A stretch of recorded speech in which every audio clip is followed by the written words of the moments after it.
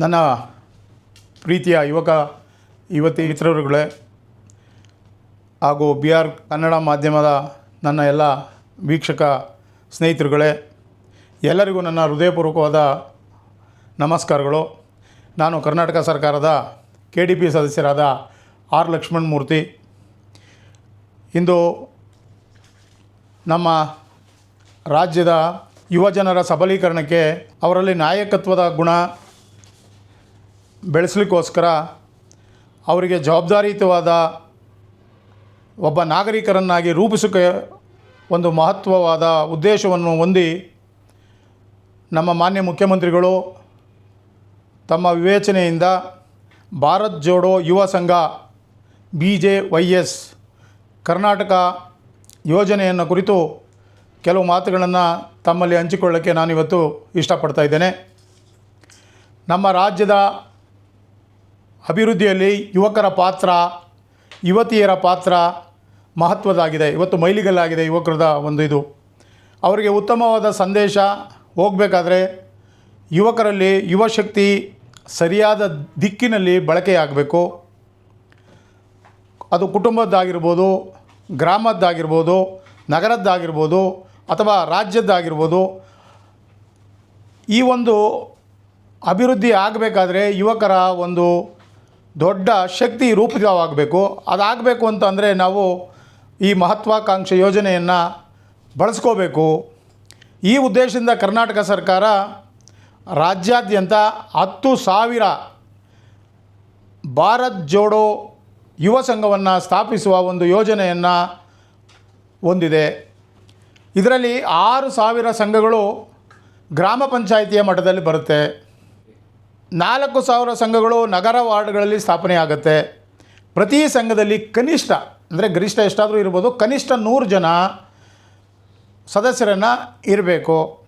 ಈ ಯೋಜನೆಯ ಮತ್ತೊಂದು ಏನಪ್ಪ ಸುವರ್ಣಾವಕಾಶ ಯೋಜನೆ ಇದೆ. ಯುವಕರಿಗೆ ಆರ್ಥಿಕ ಮತ್ತು ಇದರಲ್ಲಿ ಸಂಘಟನೆ ಮಾಡಲಿಕ್ಕೋಸ್ಕರ, ಆ ಆರ್ಥಿಕವಾಗಿ ಬೆಂಬಲವನ್ನು ನೀಡಲಿಕ್ಕೋಸ್ಕರ ಪ್ರತಿ ಸಂಘದ ಚಟುವಟಿಕೆಗಳಿಗೆ ವಾರ್ಷಿಕವಾಗಿ ಸರ್ಕಾರದಿಂದ 10 ಲಕ್ಷ ರೂಗಳನ್ನು ಅನುದಾನ ನೀಡುವ ವ್ಯವಸ್ಥೆಯನ್ನು ಸರ್ಕಾರ ಮಾಡಿದೆ.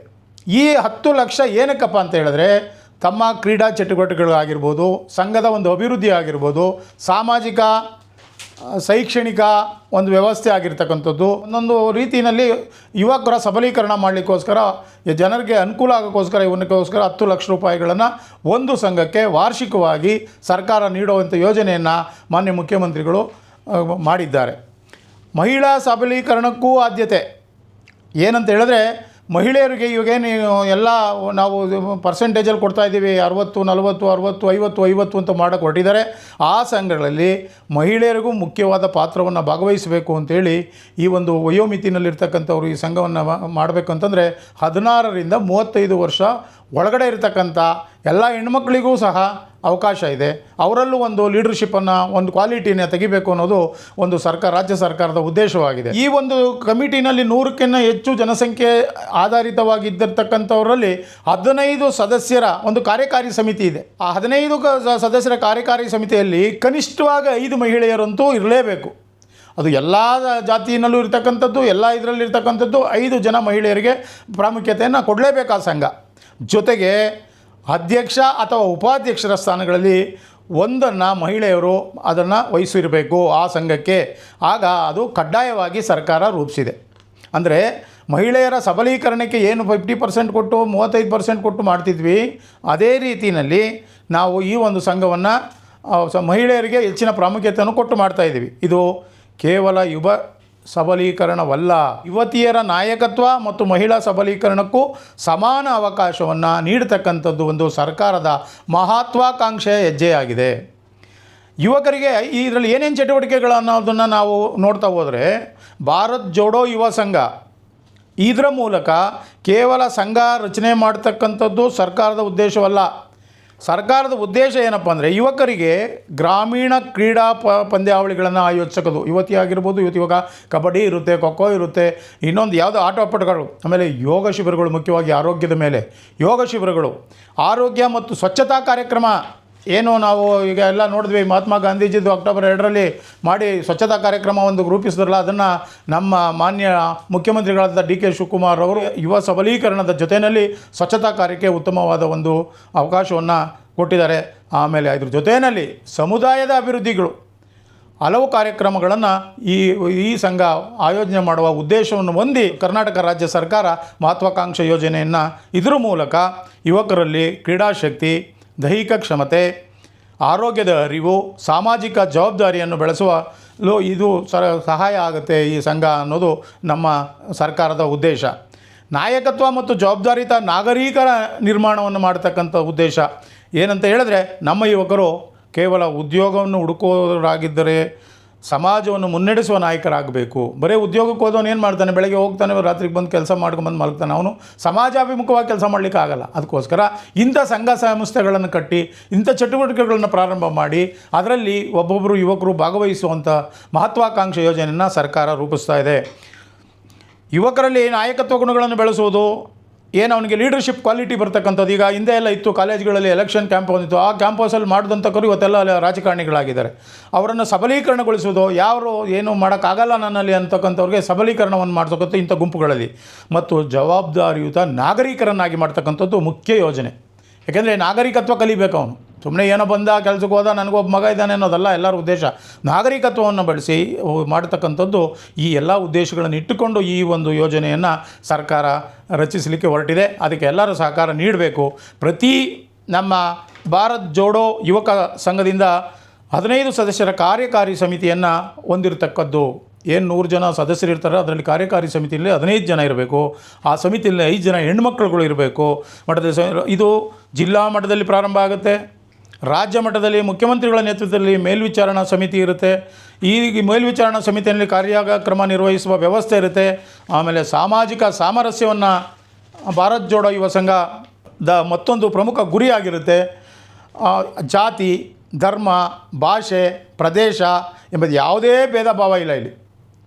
ಅರ್ಥ ಆಗಿರ್ಬೇಕು ನಿಮಗೆ. ಜಾತಿ ಇಲ್ಲ ಇಲ್ಲಿ, ಧರ್ಮ ಇಲ್ಲ, ಅಂಥವ್ನು ಬೇಕು ಇಂಥವ್ನು ಬೇಕು, ಆ ಭಾಷೆನ ಬೇಕು ಈ ಭಾಷೆನ ಬೇಕು, ಇಲ್ಲ. ಎಲ್ಲರೂ ಯುವಕರು ಒಟ್ಟಾಗಿ ಯುವಕ ಯುವತಿಯರು ಕೆಲಸ ಮಾಡಬೇಕು. ನಮ್ಮ ಗ್ರಾಮ, ನಮ್ಮ ನಗರ ಅಭಿವೃದ್ಧಿಯದೇ ಮುಖ್ಯವಾದ ಸಕ್ರಿಯವಾಗಿ ಪಾಲ್ಗೊಳ್ಳಬೇಕು. ಒಂದು ಪ್ರಮುಖವಾದ ಒಂದು ಈ ಅಂಶ ಆಗಿರುತ್ತೆ. ಇದರಲ್ಲಿ ಮೊದಲೇ ಹೇಳೋದಾದರೆ, ಒಗ್ಗಟ್ಟಿನ ಯುವಶಕ್ತಿ ಅಭಿವೃದ್ಧಿಯ ಶಕ್ತಿ ಆಗಿರುತ್ತೆ.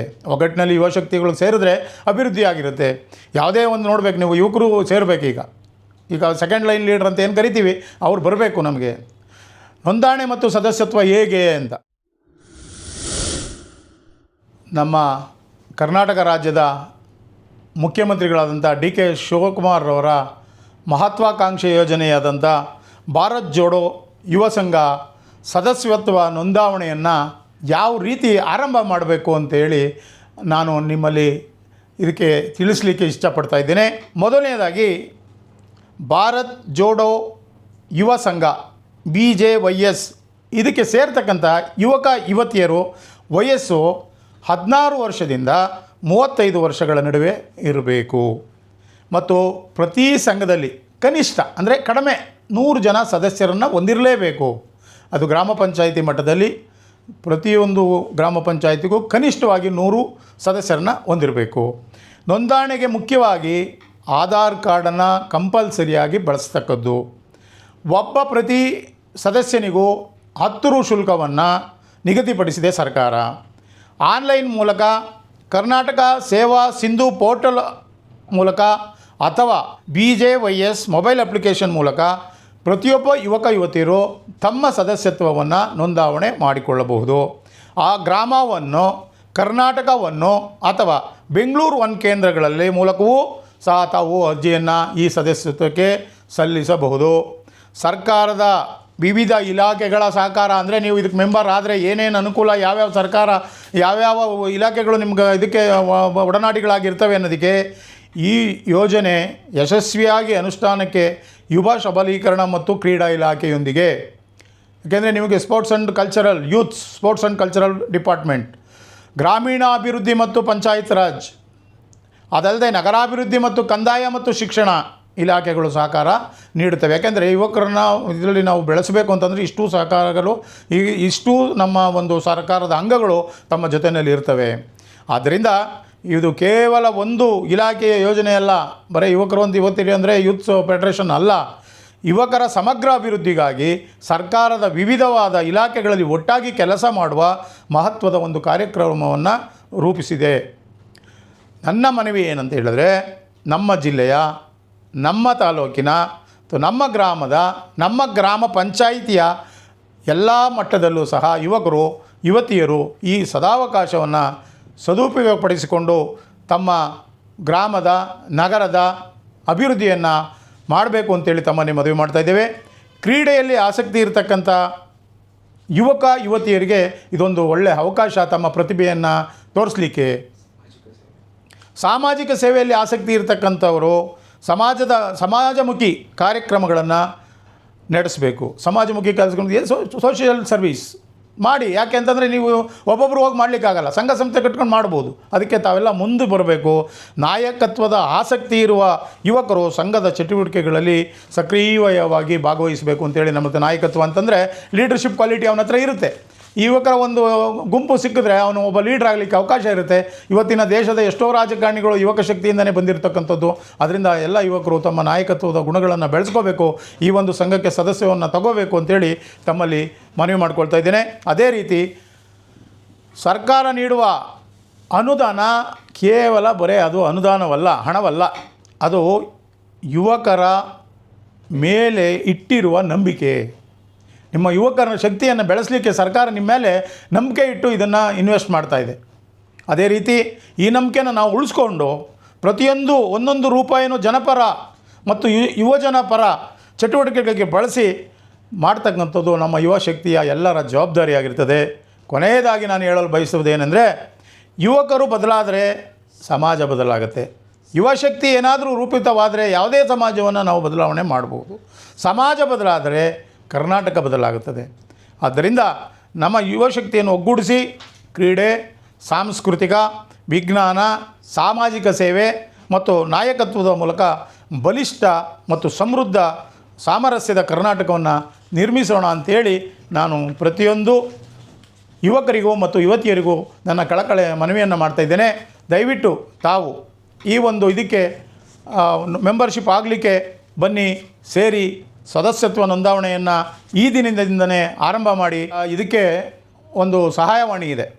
ಆ ನಂಬರು 916364265566. ಮತ್ತೊಮ್ಮೆ ಹೇಳ್ತಾ ಇದ್ದೀನಿ, 916364265566. ಅಧಿಕೃತ ವೆಬ್ಸೈಟು ನಮ್ಮದು ಏನಪ್ಪ ಅಂತ ಹೇಳಿದ್ರೆ bjys.karnataka.gov.in. ಅದನ್ನು ನೋಡಿದ್ರೆ ಓಪನ್ ಆಗುತ್ತೆ ನಿಮಗೆ ಅಪ್ಲಿಕೇಶನು. ಅದನ್ನು ಫಿಲ್ ಮಾಡಿ ಯುವ ಕರ್ನಾಟಕ ನವಭಾರತವನ್ನು ಸಂಸ್ಥೆ ಮಾಡಲಿಕ್ಕೆ ತಾವೆಲ್ಲ ಕೈ ಜೋಡಿಸಬೇಕು ಅಂತೇಳಿ ತಮ್ಮಲ್ಲಿ ಮನವಿ ಮಾಡ್ತಾಯಿದ್ದೀವಿ.